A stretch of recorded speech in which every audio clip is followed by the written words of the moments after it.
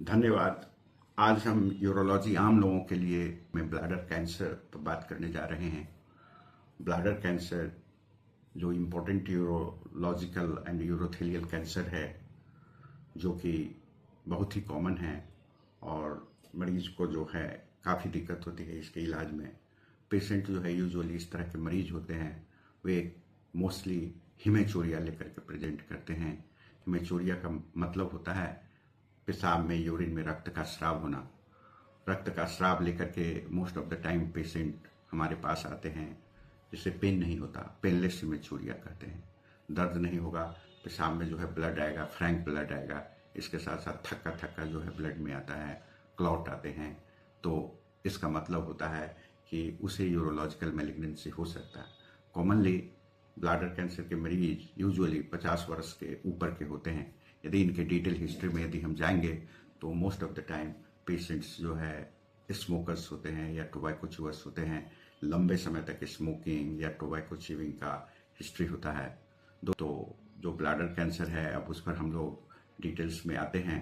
तो यदि इस तरह का कोई भी प्रॉब्लम आता है, जैसे किसी को ब्लड में, यूरिन में ब्लड का स्राव हो रहा हो या क्लॉट आ रहा हो, तो इमीडिएटली अपने नियरेस्ट यूरोलॉजिस्ट से आप मिले और वो आपको इसका इलाज करेंगे।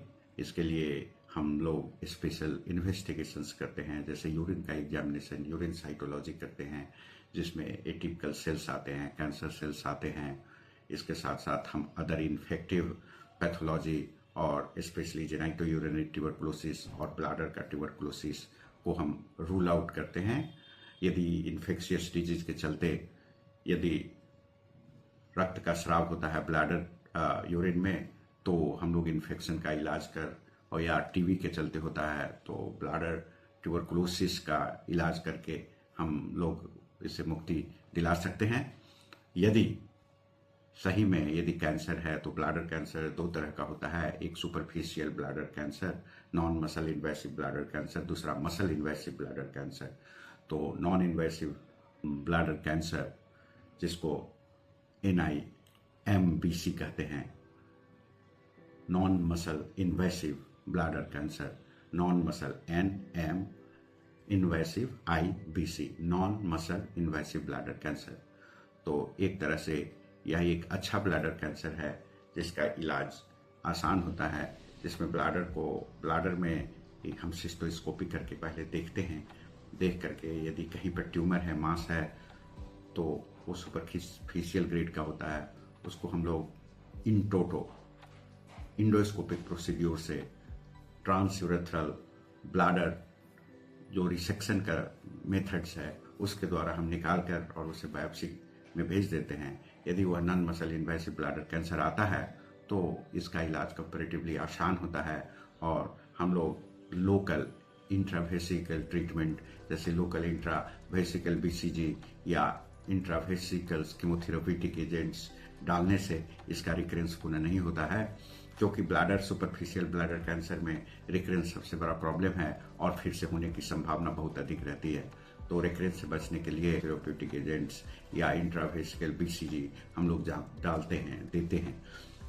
तो इससे पीरियोडिक बेसिस पर as a induction and maintenance therapy के रूप में जब इंट्रावेसिकल थेरेपी देते हैं तो ब्लैडर जो सुपरफिशियल ब्लैडर कैंसर का क्योर हो पाता है। लेकिन यदि मसल इन्वेसिव ब्लैडर कैंसर है और डीप सीटेड ब्लैडर कैंसर है तो इसमें हम लोग निश्चित रूप से CT स्कैन करवा करके इसका एक्स्ट्रावेसिकल एक्सटेंशन को देखते हैं। यदि CT कॉन्ट्रास्ट इन्हांस CT कराने के बाद यदि एक्स्ट्रावेसिकल एक्सटेंशन है या मसल इन्वेसिव ब्लैडर कैंसर है, और बायोप्सी में भी यदि मसल इन्वेसिव ब्लैडर कैंसर होता है, तो इसका इलाज radical cystectomy along with the lymph nodes removal, means pelvic lymph node dissection along with the radical cystectomy। Radical cystectomy का मतलब होता है ब्लैडर के साथ साथ bladder neck along with the prostate, फिर seminal vesicles and other organs को इन टोटो निकाल दिया जाता है।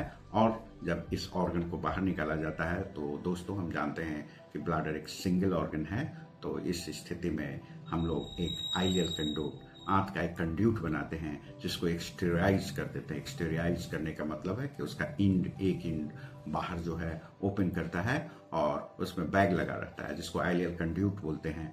इस स्थिति में यूरिन जो किडनी है, किडनी का यूरेटर है, उसका कनेक्शन आइलियल कंड्यूट से किया जाता है। तो यूरिन जो है कंड्यूट में जमा होता है, कंड्यूट के द्वारा बाहर निकलता है। लेकिन दोस्तों, इस स्थिति में भी ब्लैडर कैंसर का क्योर संभव है।